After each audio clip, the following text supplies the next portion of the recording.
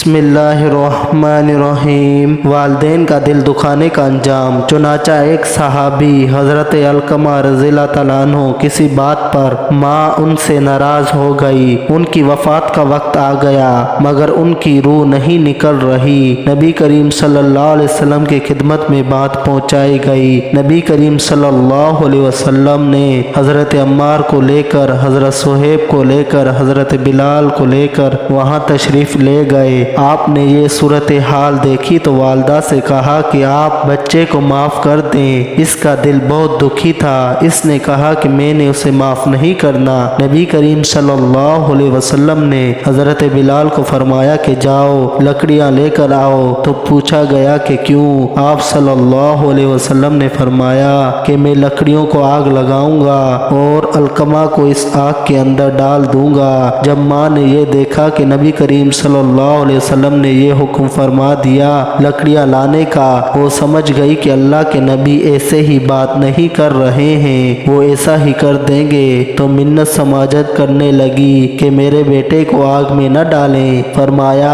अगर तू उसे माफ़ नहीं करेगी तो अल्लाह ने भी तो इसको जहन्नुम की आग में जलाना है। मैं तेरी आंखों के सामने डालता हूँ, तुझे पता चले। माँ का दिल पसीज गया। कहने लगी मैंने अपनी नाराज़गी माफ़ कर दी। आप अल्लाह के लिए मेरे बेटे को आग में न डालें। माँ ने माफ़ कर दिया और उनकी रूह इसी वक्त परवाज़ हो गई। बेशक अपने वालिदैन की हर किस्म की नाराज़गी से बचना चाहिए। अपने वालिदैन का ज़र्रा बराबर भी दिल नहीं दुखाना चाहिए। अल्लाह तबारक व तआला हमें अपने वालिदैन की कदर करने की तौफीक अता फरमाए और उनकी रज़ामंदी को हासिल करने की तौफीक अता फरमाए और अल्लाह तबारक व तआला हम सब का खात्मा ईमान पर फरमाए। अगर वीडियो अच्छी लगी हो तो शेयर कर दीजिएगा। जज़ाकल्लाहु खैरा वासिल जज़ा।